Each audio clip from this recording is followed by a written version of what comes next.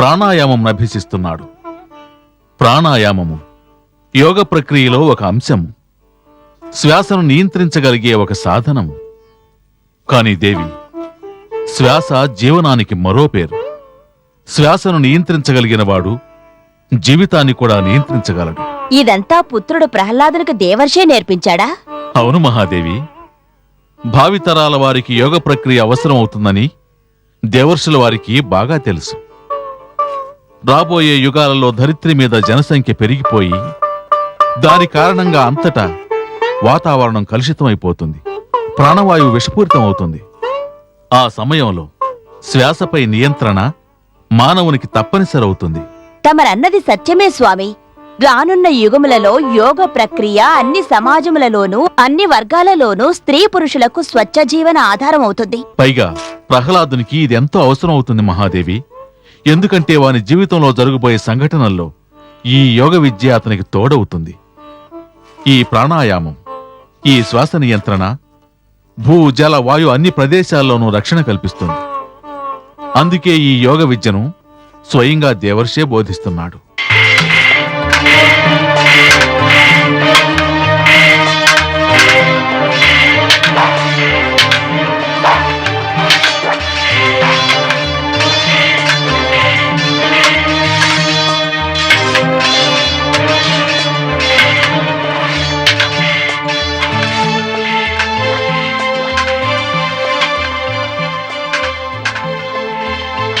రాజకుమారా,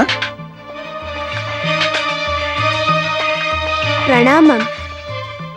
గురుదేవా, తమకొక విన్నపం చేయాలనుకుంటున్నాను. తమరు నన్ను శిష్యునిగా సంబోధించండి, రాకుమారుడని కాదు. అలాగేలే, అది సరే. కాని నీవు అసుర బాలునితో అన్నావట శస్త్ర విద్యపై ఆసక్తి లేదని. గురువర్యులారా, శస్త్ర విద్య నేర్చుకోవడం అన్నది చాలా అవసరమే. నేను కావలసినంత నేర్చుకున్నాను. శస్త్ర విద్య పేరుతో ఈ బాలకులు ఏదైతే నేర్చుకుంటున్నారో అది వారి మనసులో హింసా ప్రవృత్తిని కలిగిస్తుంది. హింస నేను సహించలేను. నీకు తెలుసా శిష్య, ఎవరి చేతిలో శస్త్రం ఉంటుందో అతనే వీరుడు. శస్త్రం ఎవరికి అవసరం అంటే ఎవరి మనసులో భయం ఉంటుందో వారికే. ఎవరి మనసులో భయం ఉండదో వారికి ఎలాంటి శస్త్రాలు అవసరం లేదు. నీవు విచిత్రమైన నీతిని చెప్తున్నావు శిష్య. శస్త్రము శక్తికి ప్రతీక. మాననీయ గురువర్యులారా, నేను నా శక్తినే శస్త్రముగా భావిస్తాను. వివేకవంతులు తమ మనోశక్తినే తమ శస్త్రముగా భావిస్తారు. మనోశక్తిని ఏ శక్తి గెలవలేదు. గురువర్యులారా, మాకు ప్రహ్లాదుని పలుకులు చాలా ఆనందాన్ని కలిగిస్తున్నాయి. మిత్రుడు ప్రహ్లాదుడు మాకు కథలు చెబుతూ ఉంటే శస్త్రక్రీడల పట్ల మాకు ఆసక్తి కలగడం లేదు. మూర్ఖ బాలకులారా, రాజకుమారుని వాటిలో మీరు నడిస్తే మీరు మీ దారి తప్పడం ఖాయం. కానీ గురుదేవా, మేము కళ్ళారా చూస్తున్నాం కదా, మిత్రుడు ప్రహ్లాదుని పలుకులలో సత్యమున్నది. మేము ఇతడి బాటనే అనుసరించాలని అనుకుంటున్నాం. మూర్ఖులారా, మీరు ప్రమాదాన్ని గ్రహించలేకపోతున్నారు. ఒకవేళ భగవంతుడు హిరణ్యకశిపునికి ఈ సంగతి తెలిస్తే మీ తల్లిదండ్రుల జీవనానికి ఆపద తప్పదు. చూసారా మిత్రులారా, శస్త్రము చేతిలో ఉన్నప్పటికీ భయాన్ని జయించలేకపోతున్నారు. మీ మనసులో ఉన్నవాడే నా మనసులోనూ కొలువున్నాడు. సకల భయాలను దూరం చేయగలడు. నా భగవంతుడు విష్ణువు హృదయంలోని సకల భయాలను తొలగించగలడు. మిత్రమా ప్రహ్లాద, మాకు ఆ కథ వినిపించవా? అనుజ, అమార్క, అసలు మనం ఈ బాలునికి విద్య నేర్పించగలమా?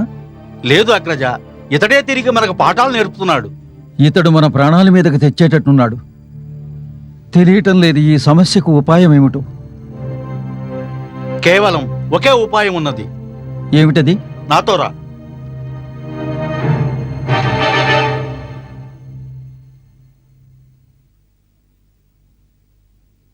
మహారాణికి జయము. గురుకులము నుండి గురువులు చండామార్కులు వేంచేశారు. అత్యవసరంగా తమను కలుసుకోవాలంటున్నారు. ఈ సమయంలోనా? ఇంత రాత్రి వేళ? అత్యవసరంగా కలుసుకోవాలట. సరే, పంపించు. చిత్తం మహారాణి.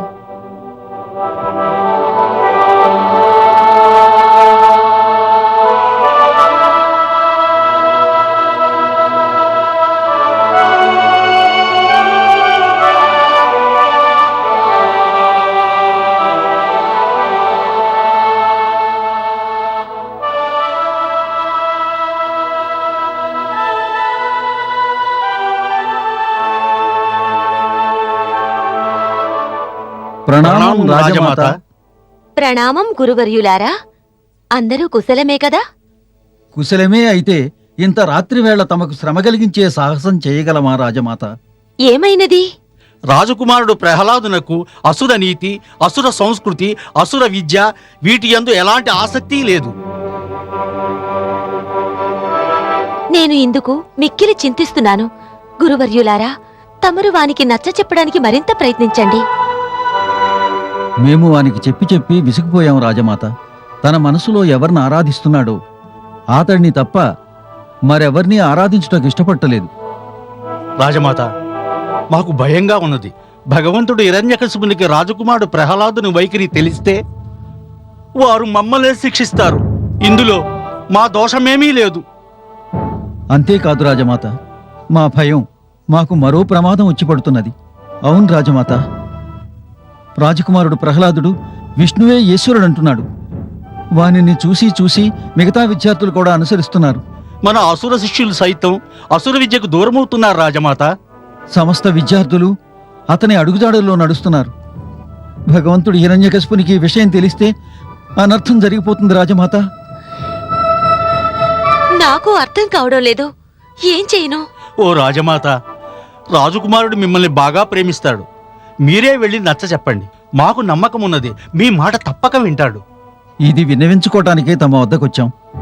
తమరింతగా చెబుతున్నారు గనుక నేను అవశ్యం వస్తాను. వానిని సరైన మార్గంలో పెట్టడానికి ప్రయత్నిస్తాను. ధన్యులం రాజమాత.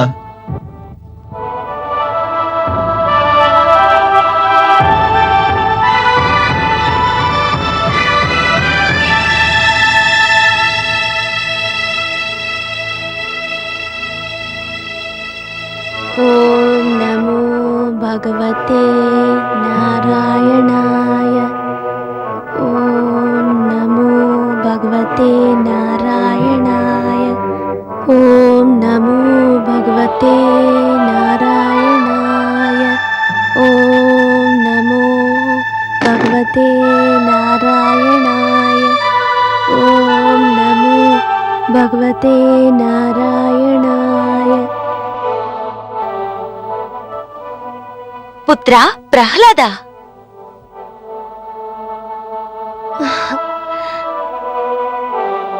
మాతా,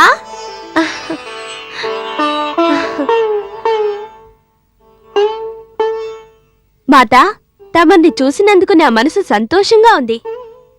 కానీ తమరింత శ్రమ తీసుకోవాల్సిన అవసరం ఏమిటి? నన్నే పిలిపించుండొచ్చు కదా. పుత్రా, ఇంత రాత్రి సమయంలో మన రాజభవనం వదిలి నీ కుటీరానికి వచ్చానంటే ఎందుకో అర్థం చేసుకోలేవా? తెలీదు మాతా. దీనర్థం ఏమిటంటే నేను బహు విచలితనైనాను, దుఃఖిస్తున్నాను. విచలితమా? దుఃఖమా? ఏ కారణం వలన? దీనికి నీవే కారణం. నేను కారణమా? అవును పుత్రా, నీ కారణంగానే. నీవు నీ అభిప్రాయాలను వ్యక్తం చేస్తున్న తీరు ఆ కారణంగానే. కానీ మాతా, నా అభిప్రాయాలను వ్యక్తం చేసేందుకు సర్వాధికారాలున్నాయి.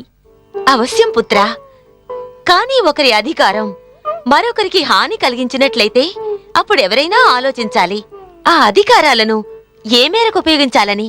ఇలా రండి మాతా. ఆసీనులు కండి. ఇప్పుడు చెప్పండి మాతా, నేనేం చేయాలి? నీకు తెలుసా పుత్రా, నీ గురువులిద్దరూ ఎంత చింతిస్తున్నారో? క్షమించాలి మాతా, వారు చింతించుటలేదు, భయభీతులవుతున్నారు. భయం ఎందుకంటే వారికి తెలుసు తాము అందరికీ ఏ విద్యనైతే నేర్పిస్తున్నారో ఆ విద్య సత్య ప్రామాణికమైనది కాదని. వారికి తెలుసు తమ విద్యార్థులందరూ ఏ విషయాలను గౌరవించాలనుకుంటున్నారో ఆ విషయాల పట్ల వారికే సందేహాలున్నవి. వారు ఏ విషయాలను ప్రచారం చేస్తున్నారో వాటి పట్ల స్వయంగా వారికే విశ్వాసం లేదు. వారు నా కారణంగా చింతించడం లేదు మాతా.